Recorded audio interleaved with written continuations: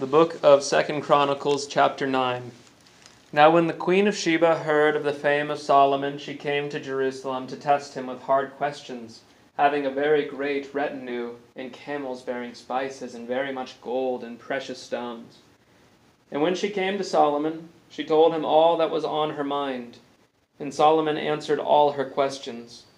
There was nothing hidden from Solomon that he could not explain to her. And when the queen of Sheba had seen the wisdom of Solomon, the house that he had built, the food of his table, the seating of his officials, and the attendance of his servants, and their clothing, his cupbearers and their clothing, and his burnt offerings that he offered at the house of the Lord, there was no more breath in her. And she said to the king, "The report was true that I heard in my own land of your words and of your wisdom. But I did not believe the reports until I came on my own, and my eyes had seen it.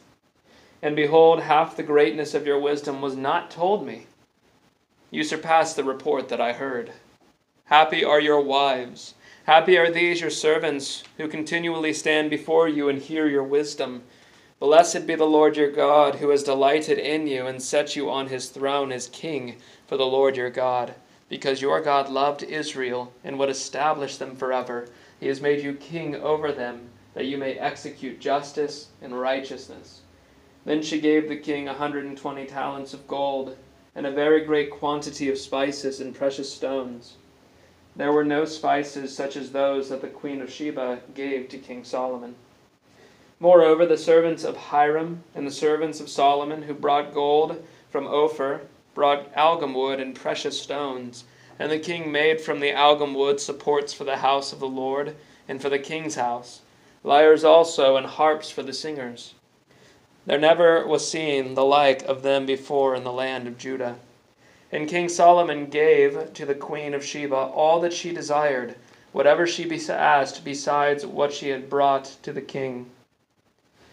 So she turned and went back to her own land with her servants. Now the weight of gold that came to Solomon in 1 year was 666 talents of gold, besides that which the explorers and merchants brought. And all the kings of Arabia and the governors of the land brought gold and silver to Solomon. King Solomon made 200 large shields of beaten gold. 600 shekels of beaten gold went into each shield. And he made 300 shields of beaten gold. 300 shekels of gold went into each shield. And the king put them in the house of the forest of Lebanon.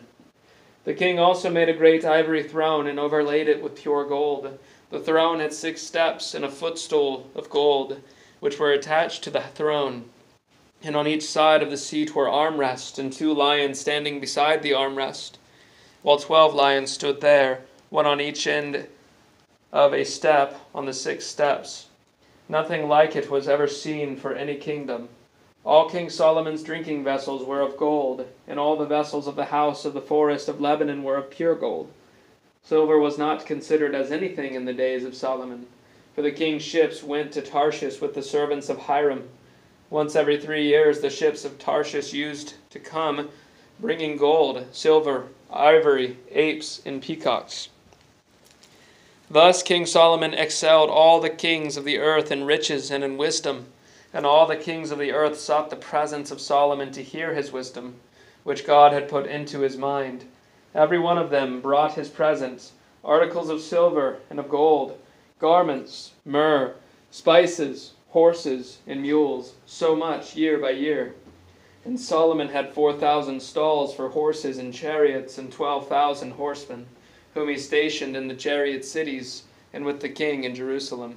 And he ruled over all the kings from the Euphrates to the land of the Philistines and to the border of Egypt. And the king made silver as common in Jerusalem as stone, and he made cedar as plentiful as the sycamore of the Shephelah. And horses were imported for Solomon from Egypt and from all lands.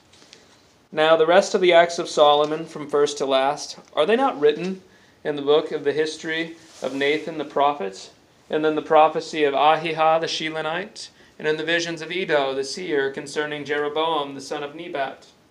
Solomon reigned in Jerusalem over all Israel 40 years, and Solomon slept with his fathers and was buried in the city of David his father, and Rehoboam his son reigned in his place.